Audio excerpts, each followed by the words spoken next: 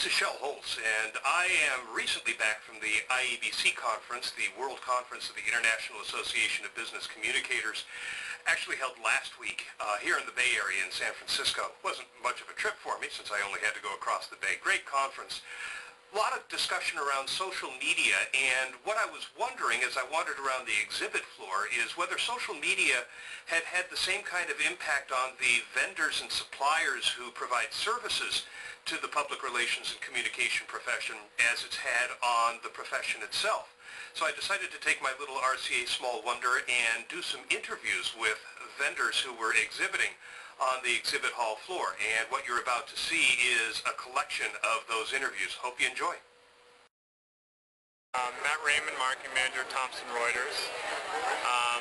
I think nowadays business communicators are being asked to do more with less, and we've certainly seen a trend in the adoption of online communication tools to try to leverage the cost effectiveness of the internet in delivering that message out, whether it's internally to employees or externally to a customer base. And with what's going on in the economy today, even more important to foster those relationships and keep that frequency of communication high.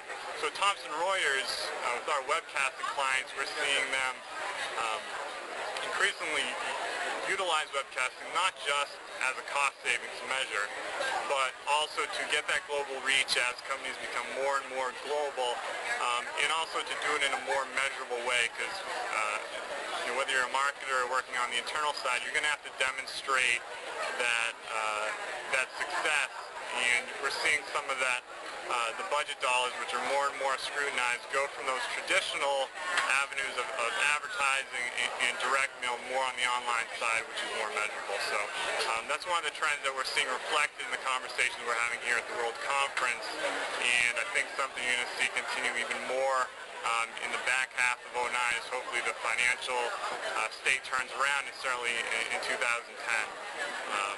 in the future. So I'm Jerry Stevenson. I'm a director in the Global HR practice at Buck Consultants. And the way that social media has changed the way that Buck is doing business or affected our company is everything from simple things to big things. On the simple side, a lot of times when we go into engagements with our clients, we'll go out and look on LinkedIn and Facebook and other areas, find out what their interests are, find out what their background has been, find out whether they've worked at companies that we've done business with before. Being able to find out who people are and where they come from is such a valuable sales tool. But aside from that, we're also helping our clients use social media. I think HR and its connection to social media is a really new emerging area. So we're helping companies with policies, with creating their own blogs, their own podcasts. So I think we've certainly benefited from the use of social media, and we're constantly looking for ways to help our clients benefit from social media as well.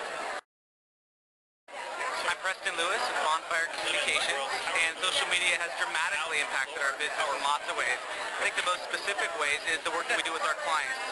It's not necessarily about the new shiny thing, as we all know, but it's really about how social media and other kinds of emerging technology can really add value to the conversations that we're helping to create in all different kinds of organizations. It's lots of fun. It's allowed us to bring out new strengths and skills that some folks didn't necessarily know that they've had. And more than anything, we love doing this kind of work, and social media is giving us more tools to do just that. Hi, I'm John Finney from Watson Wyatt. And how is new media affecting our business? It's interesting. We did a flash survey in December about all of the downsizing, right-sizing, benefit changes that companies were going through to address the economic downturn. And what we found surprising in a way, and maybe it wasn't, is that about 25 to 30% of those firms said they were using social media more to help communicate this information in real time to their employees. So we started to see a shift in that use of the new media, and I think for us as a consulting firm and with our clients, we're seeing more and more moving to that electronic age and electronic media. I'm Bob Kucharvi, a public relations professor at the SI Newhouse School of Public Communications at Syracuse University. And social media is really changing the way we teach our students as far as getting them equipped to face the new world is going on in the use of social media. Hi, I'm Barbara Fagan Smith. I'm the CEO of ROI Communication, and the way social media has changed my business, you know, it's only just begun to change it profoundly, and I know it'll continue to change it more and more.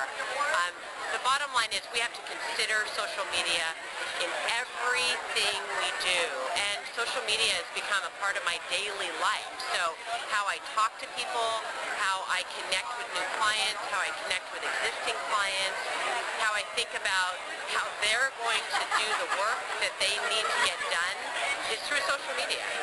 So whether it's LinkedIn, whether it's Twitter, whether it's Facebook, whether it's creating a social media customized for clients or for ourselves within ROI Communication, it's everywhere. Hi, I'm Gus Chrome, MarketWire. We are a online or news release distribution company. Social media has really changed, and we've seen it's been really growing the past year. We've also introduced our social media press release over a year ago, and that's a huge success. And we see that it's going to be the big thing for the next couple of years for sure.